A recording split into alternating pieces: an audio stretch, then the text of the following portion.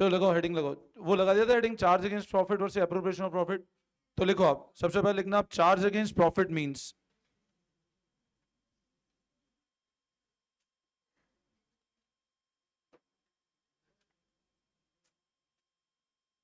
charge against profit means,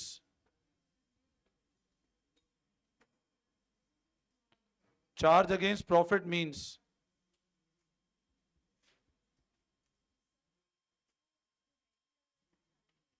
हाँ, उसके बाद हेडिंग तो लिख दी थी ना, charge against profit versus appropriation of profit, उसके अंदर लिखना है, means payment of all those expense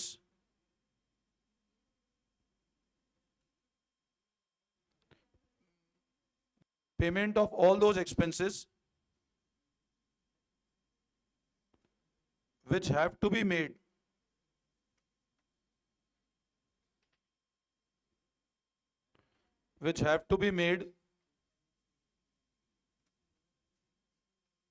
whether we earn profit or not,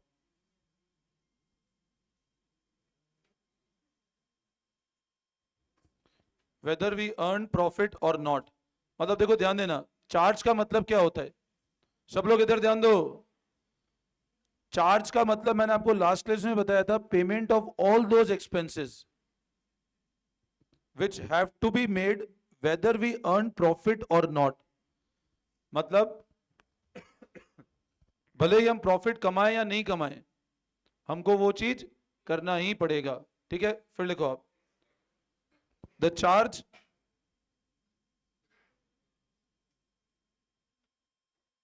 is always done from profit and loss account. ये बहुत इंपॉर्टेंट पॉइंट है इस चीज का, है ना। Charge is always done from profit and loss account, ये point मैं आगे समझा रहा हूं, है ना। Charge is always done from profit and loss account, और इसमें लिखो फॉर एग्जाम्पल,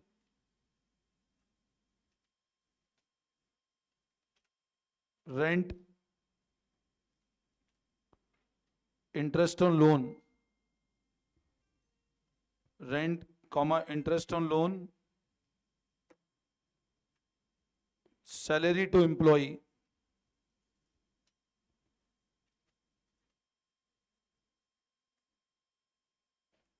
मैनेजर्स कमीशन,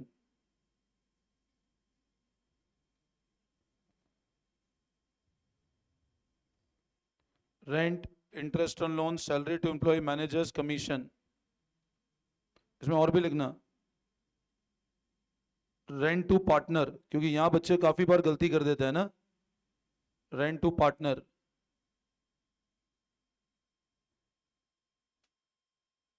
फिर लिखो प्रोविजन।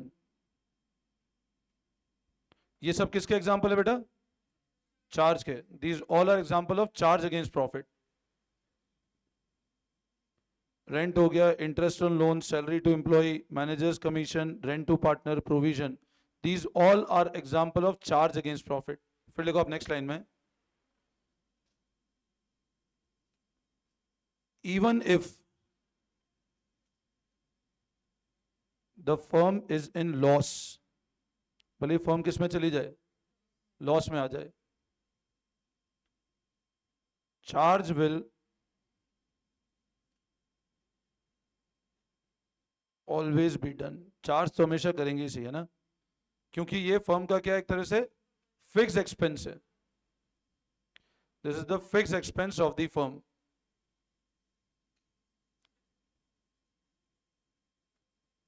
तो चार्ज मतलब समझ में आया, मतलब वो सारे खर्चे जिसको करना है, भले ही हम प्रॉफिट। अब पता है, यहां पर एक चीज समझना, मैंने आप लोगों को जब क्लास 11th में थे, मैंने आपको एक चैप्टर पढ़ाया था प्रोविजन एंड रिजर्व का, और वहां मैंने आपको ये समझाया था, प्रोविजन हमारे लिए कंपल्शन है, हम प्रॉफिट कमाए नहीं कमाए, प्रोविजन करना पड़ेगा हमको।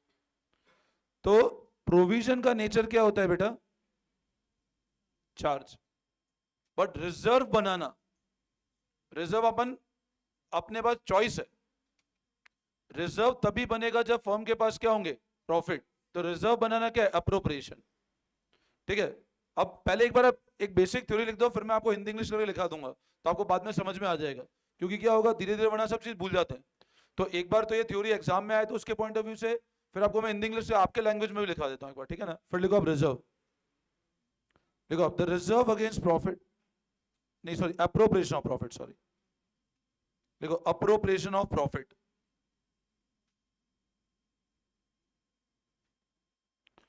It means all those payment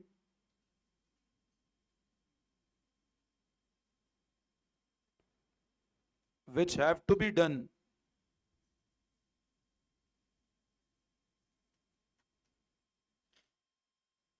only when the firm earns profit, मतलब जब फर्म प्रॉफिट कमाएगी तो ही करना है, वरना नहीं करना है। अच्छा, फर्म लॉस में तो कभी अप्रोप्रिएशन भी नहीं करना है हमको। अगर फर्म किस में, लॉस में, तो कभी भी अप्रोप्रिएट नहीं करना है हमको, ठीक है। तो लिख लो आप, if the firm is in loss,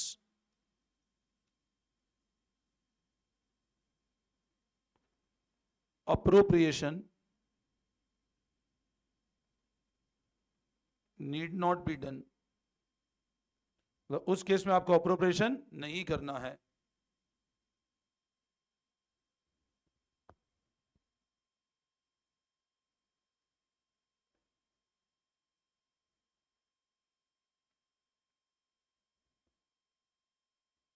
कर लिया, नोटिंग कर लिया। देखो for example,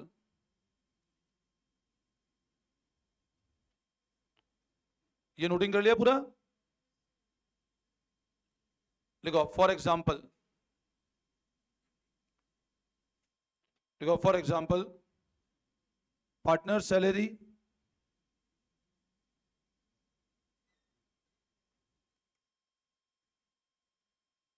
partner commission,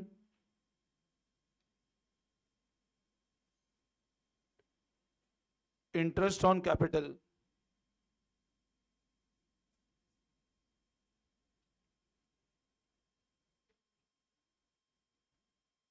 transfer to reserve, इन सबका नेचर क्या है? इन सबका नेचर अप्रोप्रिएशन है।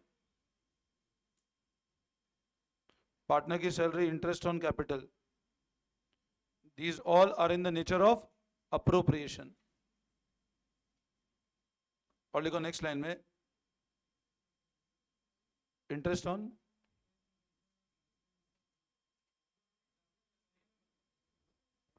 नहीं वापस पूछो, मैं डाउट नहीं समझा।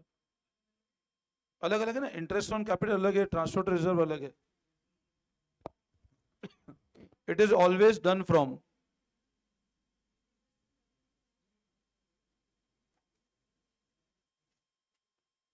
P&L appropriation account.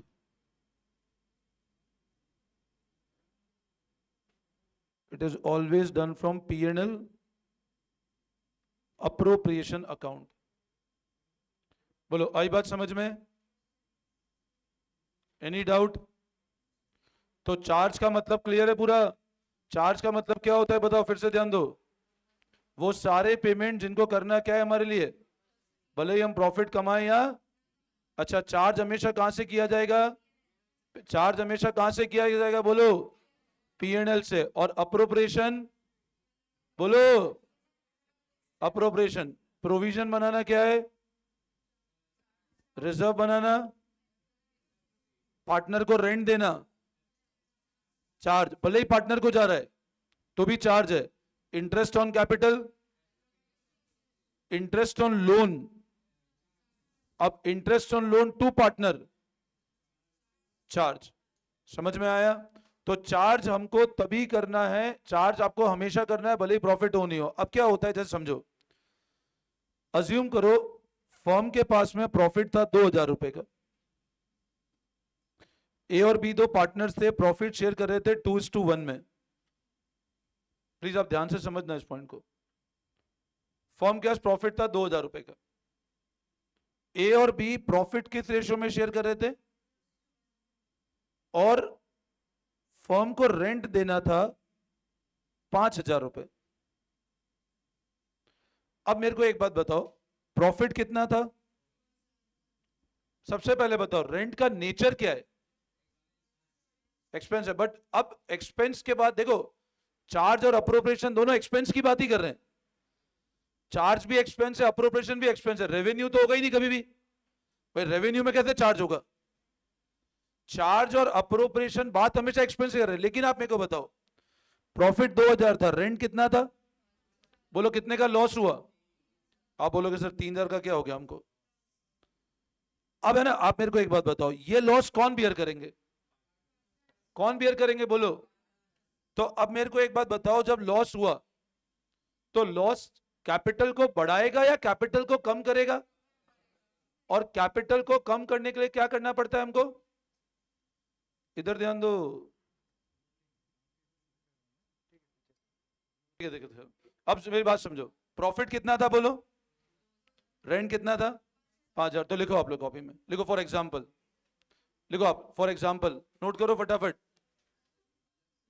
हाँ इसी में आगे लिखो ना, फॉर एग्जाम्पल। हाँ इसमें मैं दोनों एग्जाम्पल कवर कर दूंगा, इसलिए लिखो फॉर एग्जाम्पल। फॉर एग्जाम्पल लिखो, फॉर एग्जाम्पल, फिर नेक्स्ट लाइन लिखो प्रॉफिट ऑफ द फर्म। लिखो profit of the firm equal to 2,000। Profit of the firm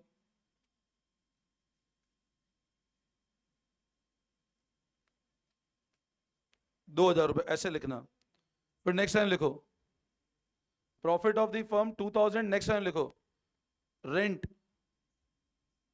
bracket में लिखो, ब्रैकेट में टू बी पेड, मतलब देना बाकी है, to be paid.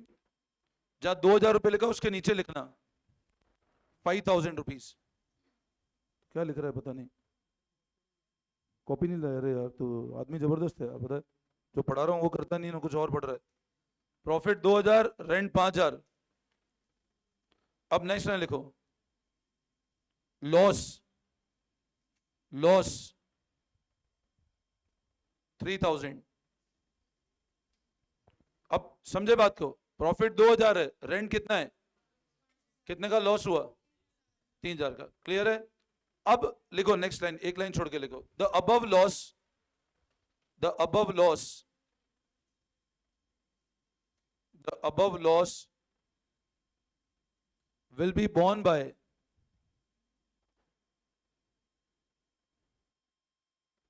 will be borne by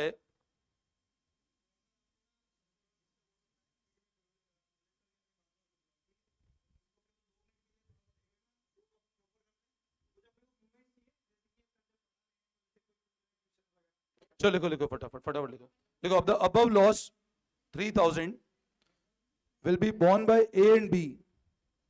A capital A partner है ना, ये तो क्या, the above loss will B borne by, और बॉन्ड में भी BORNE होता है ना, ये BORN वाला बॉन्ड नहीं है। आधे बच्चे BORN लिख रहे हैं, है ना। अरे तो ये तो हमें कैसे पता होगा, फिर बचपन से इंग्लिश मीडियम स्कूल में पढ़ रहे हैं। हाँ, और आधे लोग BURN लिख रहे हैं, burn. The above loss will be borne by, borne मतलब उसको बियर करना, या उसको लिख दो above loss will beared by, the above loss will be beared by या बॉर्न बाय, कुछ भी लिख लो, इन द रेशियो,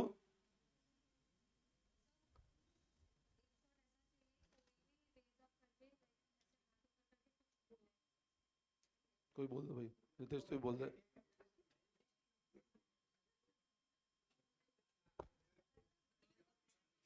हाँ, पार्टी किस किस को चाहिए? इतने सारे हाथ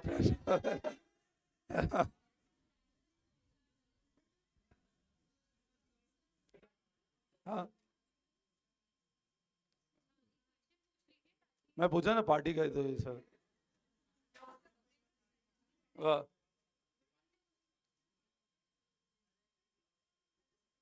वाह, चलो एक क्वेश्चन पूछ लेता हूँ,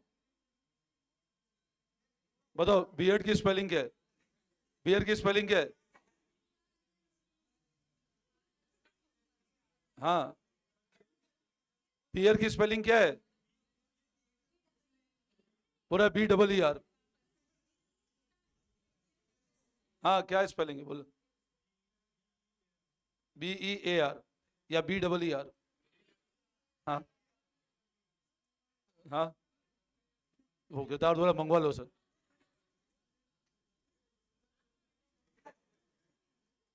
वही मैं मंगवाऊँ फिर, उसके पैसा मैं दूं, मतलब ऐसा?